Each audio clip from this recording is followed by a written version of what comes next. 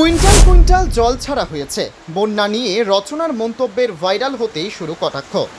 বাঙালির দিদি নম্বর ওয়ান হিসেবে পরিচিত রচনা ব্যানার্জি জি বাংলার গেম শোয়ের দৌলতে বর্তমানে সকল ঘরে ঘরে পৌঁছে গিয়েছেন তিনি। তার উপর ভোটে জিতে অভিনেত্রী থেকে নেত্রী হয়ে গিয়েছেন রচনা, কিন্তু এবার তার নিজের কথার জেরেই সোশ্যাল মিডিয়াতে শুরু হয়েছে কটাক্ষ। কিউসেক আর কুইন্টালের মধ্যে কী পার্থক্য সেটা নাকি জানেন না অভিনেত্রী, কিন্তু ব্যাপারটা কী? সম্প্রতি ডিভিসি থেকে জল ছেড়ে দেওয়ার কারণে দক্ষিণের কিছু জেলায় বন্যা পরিস্থিতির সৃষ্টি হয়েছে। খোদ মুখ্যমন্ত্রী সেই সমস্ত এলাকা ঘুরে দেখেছেন, তারপর তোপ দেখেছেন ডিভিসির কারণেই এই বন্যা হয়েছে। এবার সেই সুরেই সুর মিলিয়ে ঝাড়খণ্ডের মুখ্যমন্ত্রীকে আক্রমণ করলেন রচনাও, কিন্তু সেখানেই ঘটল বিপত্তি।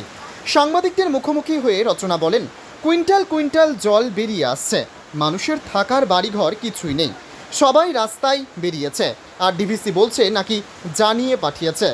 এখানেই শেষ নয়, তিনি আরও বলেন, সত্যিটা ঠিক কী সেটা এই মুহূর্তে তার জানা নেই, তবে যেটা হয়েছে মোটেই ঠিক হয়নি। এরই মাঝে কিউসেককে কুইন্টালের সাথে গুলিয়ে ফেলে শুরু হয়েছে কটাক্ষ। হুগলির জেলা বিজেপির সাধারণ সম্পাদক বলেন, মুখ্যমন্ত্রীর উচিত হুগলির সংসদ রচনা ব্যানার্জিকে মিউজিয়ামে রাখা।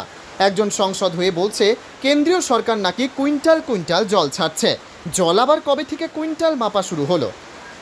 ওনার ন্যূনতম জ্ঞান নেই, সেই কারণেই ভুলভাল বকছেন। কোপানে অনেকেই দুঃখে আছে সাধারণ মানুষের। প্রসঙ্গত, এবছর বৃষ্টি দেরিতে হলেও আগস্টের শেষ ও সেপ্টেম্বর মাসের প্রায় পুরোটাই কম বেশি করে ভালো বৃষ্টিপাত হয়েছে। তার ওপর ডিভিসির তরফ থেকে জল ছেড়ে দেওয়ায় ভেসে গিয়েছে হুগলির বহু গ্রাম। এমনকি সরকারি হিসাব মতে 28 জন মানুষের প্রাণ চলে গিয়েছে এই বন্যার জলে। সরকারের তরফ থেকে সমস্ত মৃতদের পরিবারকে 2 লক্ষ টাকা ক্ষতিপূরণ দেওয়ার ঘোষণা করা হয়েছে। একই সাথে যাদের বাড়িঘর বন্যায় চলে গেছে তাদের বাড়ি করে দেওয়ার প্রতিশ্রুতি দিয়েছেন মমতা বন্দ্যোপাধ্যায়।